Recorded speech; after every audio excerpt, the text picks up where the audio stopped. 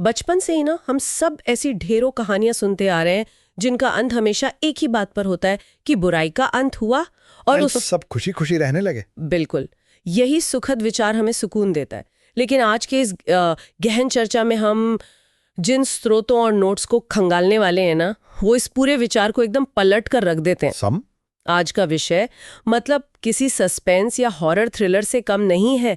हम हिरण्यकशिपु के वध के बाद की उस अनकही और बहुत ही विस्मयकारी घटना का विश्लेषण करने जा रहे हैं, जहां एक रक्षक ही पूरे ब्रह्मांड के लिए सबसे बड़ा खतरा बन जाता है। सही कहा। इस गहन चर्चा का उद्देश्य यही समझना है कि जब अच्छाई को ना बुराई का विनाश करने के लिए एक बेहद उग्र रूप धारण करना पड़ता है, तो उस उग्रता का अंजाम क्या होता है।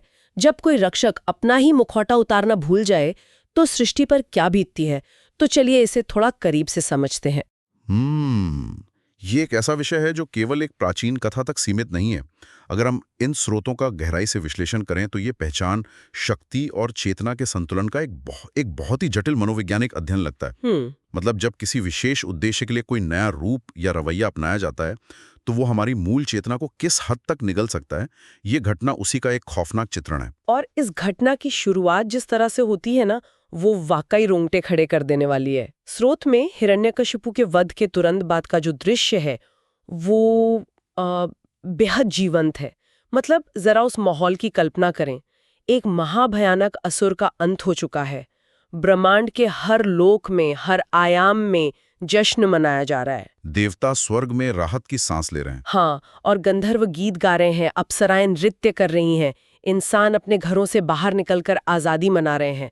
यहाँ तक कि ना प्रकृति के पंचतत्व जैसे हवा, पानी, अग्नि सभी इस जीत के उल्लास में झूम रहे हैं। सब कुछ एकदम शांत और परिपूर्ण लग रहा है। बिल्कुल परिपूर्ण लग रहा है। लेकिन फिर उस उल्लास के बीच एक ऐसा पल आता है जब अचानक सब सुन्न पड़ जाते हैं। वो जश्न का शोर एक बेहद खौफनाक सन्नाटे में तब्दील हो जाता है। कोई कुछ नहीं बोलता, लोग बस एक दूसरे के करीब आकर छिपने लगते हैं। उनकी उंगलियां कांप रही हैं और वे बस सुनते हैं। और वो सन्नाटा दरअसल एक आने वाले महाविनाश की पूर्व सूचना है। उस खामोशी में जो आवाज उभर रही है ना, वो नरसिंह की दहाड़ है। लेकिन देखिए, ये कोई साधारण दहाड़ नहीं है। स्रोत स्पष्ट बताते हैं कि ये आवाज ब्रह्मांड की हड्डियों तक को कंपा देने वाली है। विडंबना देखिए कि जो आवाज कुछ पलों पहले तक सृष्टि को ये एहसास करा रही थी कि वो सुरक्षित है, वही आवाज अब उनके अंदर एक अकल्पनीय खौफ पैदा कर रही है। हाँ, क्योंकि विष्णु, जिन्होंने अभी अभी एक बहुत बड़े ब्रह्मांडीय संकट का अंत किया था, वे अपने उस रूप से बाहर नहीं आ पा रहे हैं। उन्होंने अनजाने में एक और भी भयानक संकट को जन्म दे दिया है। मैं जब स्रोतों को पढ़ रही थी तो ये हिस्सा मुझे सबसे ज्यादा विचलित करने वाला लगा। विष्णु अपने मूल और शांत स्वरूप में लौटने के बजाय उसी उग्र नरसिंह रूप में कैद होकर रह गए हैं। ये वही खूंखार अवस्था है जिसने अपने नुकीले पंजों से उस असुर की छाती चीर दी थी। और ऐसा लगता है कि उस क्रूर हत्या ने और उस रक्त ने इस अवतार की उग्रता को शांत करने के बजाय और ज्यादा भड़का दिया है। बिल्कुल, नरसिंह ब्रह्मांड में पागलों की तरह घूम रहे हैं। उनके हर कदम से विनाश की धमकी मिल रही है। हमारे पास जो नोट्स हैं उनमें एक बहुत ही अद्भुत रूपक का इस्तेमाल किया गया है। उसमें लिखा है कि नरसिंह की उग्रता इतनी विकराल है कि ब्रह्मांडीय रीढ़, जिसे हम कॉस्मिक स्पाइन कह सकते हैं, वो भी सिहर उठी है। पूरा ब्रह्मांड इस डर से कांप रहा है कि कहीं वे नुकीले पंजे इस सृजन को ही चीरकर टुकड़े टुकड़े न कर दें। एकदम सही। यहाँ जो बात सबसे दिलचस्प है वो ये है कि अब खतरा किसी बाहरी असुर से नहीं है, बल्कि भीतर से है। ब्रह्मांड का रक्षक ही अब सबसे बड़ा विध्वंसक बन चुका है। जब शक्ति का ऐसा असंतुलन होता है और स्थिति इस कदर नियंत्रण से बाहर चली जाती है, तो उसे रोकने के लिए आपातकालीन प्रयास शुरू होते हैं। स्रोत बताते हैं कि सृष्टि के रचयिता ब्रह्मा जी सबसे पहले प्रहलाद को आगे करते हैं। प्रहलाद, जो उस पूरी घटना का केंद्र था और परम भक्त है, वो नरसिंह के सामने जाकर प्रार्थना करता है। लेकिन इस बार ना भक्ति भी काम नहीं आती। नरसिंह का अंधा क्रोध किसी भी प्रार्थना को सुनने की स्थिति में नहीं है और तब अंततः हार मानकर ब्रह्मा जी को शिव की शरण में जाना पड़ता है। हाँ, ब्रह्मा जी और शिव के बीच का वो संवाद पूरी कहानी को एक नया मोड़ देता है। ब्रह्मा जी बहुत ही हताशा में शिव को याद दिलाते हैं कि एक समय था जब श्री हरि ने आपके रुद्र तांडव को शांत किया था और सृष्टि को बचाया था। आज वो खुद उसी तांडव की स्थिति में है, तो अब उन्हें रोकने की बारी आपकी है। ये ब्रह्मांडीय संतुलन का कितना खूबसूरत उदाहरण है कि कैसे रक्षक और विनाशक एक दूसरे के पूरक हैं। और जब शिव इस पूरी घटना का कारण स्पष्ट करते हैं तो वो हिस्सा इस चर्चा का सबसे अहम बिंदु बन जाता है। शिव समझाते हैं कि नरसिंह रूप शांत क्यों नहीं हो पा रहा है, और उसका कारण हिरण्यकशिपु का रक्त था। बिल्कुल। शिव के अनुसार उस असुर का रक्त चखने के कारण ये अवतार रजोगुण से पूरी तरह भर गया है। रजोगुण जो कि असीमित क्रिया, जुनून, आक्रामकता और अंधाधुंध क्रोध का प्रतीक है। उस असुर के दूषित खून ने न अवतार की चेतना के भीतर एक ऐसा उन्माद पैदा कर दिया है कि वो अपना सत्व गुण भूल चुका है। और शिव एक बहुत ही गंभीर चेतावनी भी देते हैं। वे कहते हैं कि यदि इस शरीर को, मतलब इस भौतिक रूप को तुरंत नष्ट नहीं किया गया तो श्रीहरि हमेशा के लिए इस हिंसक रूप के गुलाम बन जाएंगे। ये स्वयं की पहचान खो देने का चरम रूप है। ये सच में एक बेहद डरावना विचार है कि कैसे कोई भूमिका या कोई मुखौटा किसी व्यक्ति के असली स्वरूप को निगल सकता है।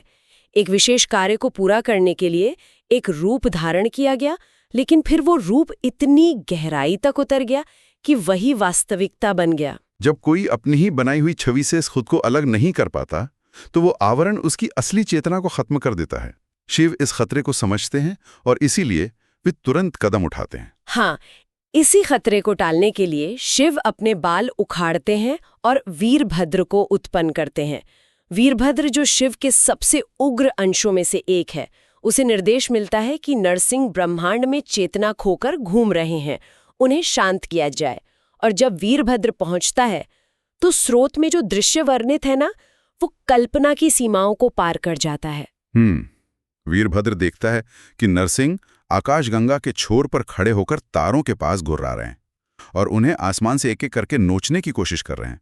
तारों को नोचने का यह दृश्य केवल एक हिंसक कृत्य नहीं है, बल्कि ये व्यवस्था पर नियंत्रण खो देने का प्रतीक है। क्योंकि तारे समय और ब्रह्मांड की स्थिरता का प्रतिनिधित्व करते हैं। सही कहा।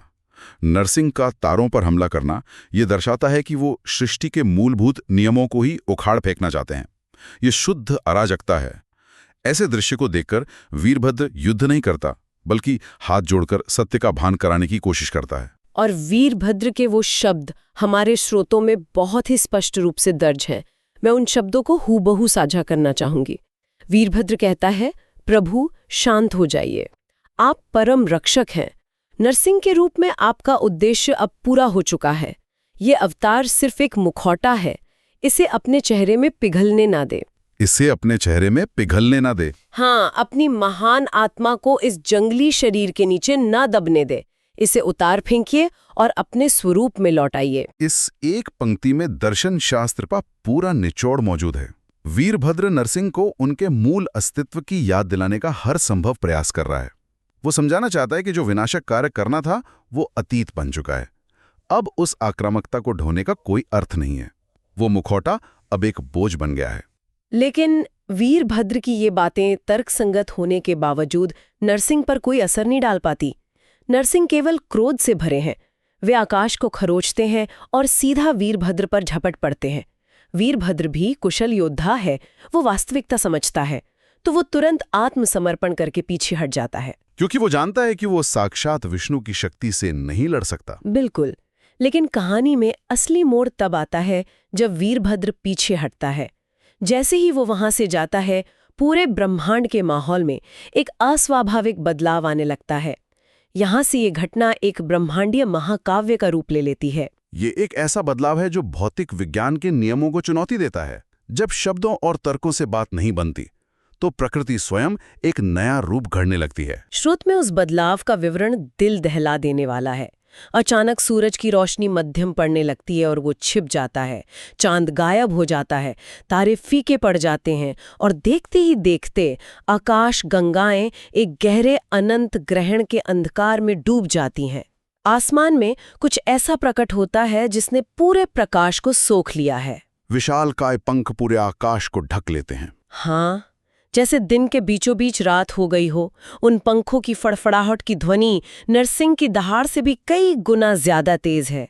वे पंख उस घने अंधकार में सारे नक्षत्रों से ज्यादा चमक रहे हैं।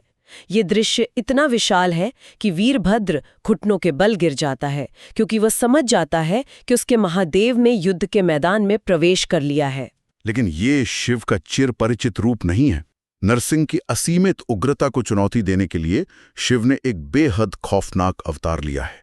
ये अवतार है शरभ, और शरभ का ये रूप उतना ही आश्चर्यजनक और विशाल है जितना कि नरसिंह का। ये भी एक मिश्रित रूप है, एक हाइब्रिड संरचना है। एक ऐसी संरचना जिसकी कोई परिकल्पना भी नहीं कर सकता। स्रोत के अनुसार शरभ का आधा शरीर एक ऐसे शेर का है जिसके 4 नहीं 8 पैर हैं, और बाकी का आधा हिस्सा एक सुनहरे पक्षी का है जिसकी 2 नहीं बल्कि 1000 भुजाएं हैं। और उसकी कलगी ज्वालामुखी की आग की तरह भड़क रही है, आंखें उल्कापिंड की तरह दहक रही हैं। उसके पंजे इतने विशाल हैं कि ब्रह्मांड के आवरण को चीर सकें। इसके पीछे का मनोविज्ञान बहुत गहरा है। शिव ने सिर्फ एक विशाल रूप नहीं लिया, बल्कि जानबूझकर एक ऐसा रूप धारण किया जो नरसिंह की हर शक्ति को बौना साबित कर दे। नरसिंह आधा इंसान और आधा शेर है, तो शरभ में 8 पैरों वाला शेर है जो नरसिंह के शेर वाले हिस्से से अधिक शक्तिशाली है। और उसमें 1000 भुजाओं वाले पक्षी की चपलता भी है जो उसे जमीन से ऊपर उठाती है। यह स्पष्ट संदेश है कि जब संतुलन की बात आती है तो एक विनाशक किसी भी सीमा को पार कर सकता है, और हर उग्रता का एक एक बाप मौजूद होता है। बिल्कुल। और फिर उस अनंत अंधकार में शुरू होता है हवा में लड़ा जाने वाला वो महाभयानक युद्ध। नरसिंह उस विशाल जीव को मंडराते देख और क्रोधित हो जाते हैं। वे शरभ पर हमला करने के लिए पूरी ताकत से हवा में उछलते हैं, पंजों से उसके पंखों को काटने और सुनहरी चोंच पर प्रहार करने की कोशिश करते हैं। लेकिन ये युद्ध बराबरी का नहीं है। शरभ का पूरा नियंत्रण है। नरसिंह जितनी बार भी हवा में उछलते हैं, वो सुनहरा पक्षी बस थोड़ा और ऊपर उड़ जाता है, हमेशा पहुंच से बिल्कुल बाहर। वो पक्षी बस एक ही गति में है, और ऊंचा और ऊंचा। ये और ऊंचा जाना न केवल एक भौतिक उड़ान नहीं है, स्रोत के नजरिए से देखें तो ये चेतना के स्तर पर एक बड़ा प्रतीक है। नरसिंह क्रोध, प्रतिशोध और अहंकार से बंधे हुए हैं। वे गुरुत्वाकर्षण में उलझे हैं, जबकि शरभ उस उग्रता से मुक्त हैं, अनासक्त हैं। शरभ का ऊपर उठना यह दर्शाता है कि अंधा क्रोध कभी भी सर्वोच्च चेतना तक नहीं पहुंच सकता। क्रोध की हमेशा एक सीमा होती है, जबकि चेतना अनंत होती है। और इस लड़ाई का सबसे निर्णायक मोड़ तब आता है जब शरभ ऊंचाई की चरम सीमा पर पहुंच जाते हैं। वहां से वे अचानक नीचे की ओर एक भयानक गोता लगाते हैं। नरसिंह कुछ समझ पाते उससे पहले ही शरभ उन्हें तीखे पंजों में जकड़ लेते हैं और बिना रुके फिर से ऊपर उड़ने लगते हैं। और ऊंचा और ऊंचा। हाँ, वे नरसिंह को लेकर हर आयाम, हर लोक को पार करते हुए सृष्टि के सबसे ऊपरी हिस्से तक पहुंच जाते हैं, जहां केवल सन्नाटा है। और वहां पहुंचकर शरभ नरसिंह को अपने पंजों से आजाद कर देते हैं। इस दृश्य की भयावहता की कल्पना करना भी मुश्किल है। ब्रह्मांड के सबसे उच्चतम बिंदु से, जहां कोई आधार नहीं, वहां से नरसिंह को गिरा दिया जाता है। स्रोत स्पष्ट कहता है कि ब्रह्मांड देखता है कि कैसे नरसिंह एक विशाल उल्कापिंड की तरह भयानक गति से पृथ्वी की ओर गिर रहे हैं। और इस पतन की वो बेतहाशा गति, हवा का घर्षण और पृथ्वी से होने वाला वो विनाशकारी टकराव ही नरसिंह के उस कृत्रिम अहंकार को तोड़ने का एकमात्र उपाय था। जैसे ही वे प्रचंड वेग से पृथ्वी से टकराते हैं, उस झटके से उनका वो अंधा क्रोध चकनाचूर हो जाता है। वो झटका इतना जोरदार था कि नरसिंह की चेतना पर पड़ा पर्दा हट गया।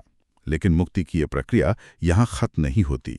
ये अंतिम चरण बहुत ही आक्रामक है। शरभ नरसिंह के पीछे पीछे नीचे आते हैं और बिना किसी हिचकिचाहट के नरसिंह का सिर धड़ से अलग कर देते हैं। हाँ, और उसके बाद वे शेर के शरीर की खाल को बेरहमी से उधेड़ देते हैं और भीतर जो शुद्ध चेतना कैद थी उसे मुक्त कर देते हैं। एक हिंसक प्रक्रिया के बाद विष्णु अपने ही बनाए मुखौटे से आजाद होते हैं और अपने मूल स्वरूप में लौटते हैं। इस स्रोत का यह अंतिम हिस्सा दर्शन शास्त्र का सबसे गहरा सबक है। मुक्ति की यह प्रक्रिया कितनी क्रूर है। शरभ ने कोई उपदेश नहीं दिया, कोई ज्ञान की बातें नहीं की। सिर काटना और खाल उधेड़ना ये प्रतीकात्मक है। ये दर्शाता है कि जब कोई झूठी पहचान या अहंकार हमारी चेतना पर हावी हो जाता है तो उससे छुटकारा पाना कभी आसान या शांतिपूर्ण नहीं होता। उस मुखौटे को दर्द सहकर नूच कर फेंकना पड़ता है, उस पहचान को मारना पड़ता है, ताकि आत्मा जीवित रह सके। अगर हम इस घटना को आज के संदर्भ में देखें तो ये बेहद प्रासंगिक लगती है। जीवन में हम सभी रक्षा के लिए या परिस्थितियों से निपटने के लिए अलग-अलग मुखौटे लेते हैं। कभी किसी ऑफिस में सख्त बॉस का अवतार, कभी चुनौतियों से लड़ने के लिए आक्रामक अवतार। ये मुखौटे उस समय जरूरी होते हैं। बिल्कुल, जैसे नरसिंह का रूप जरूरी था। लेकिन समस्या मुखौटा पहनने में नहीं है। समस्या तब शुरू होती है जब मुखौटे और असली चेहरे के बीच का फर्क मिट जाता है।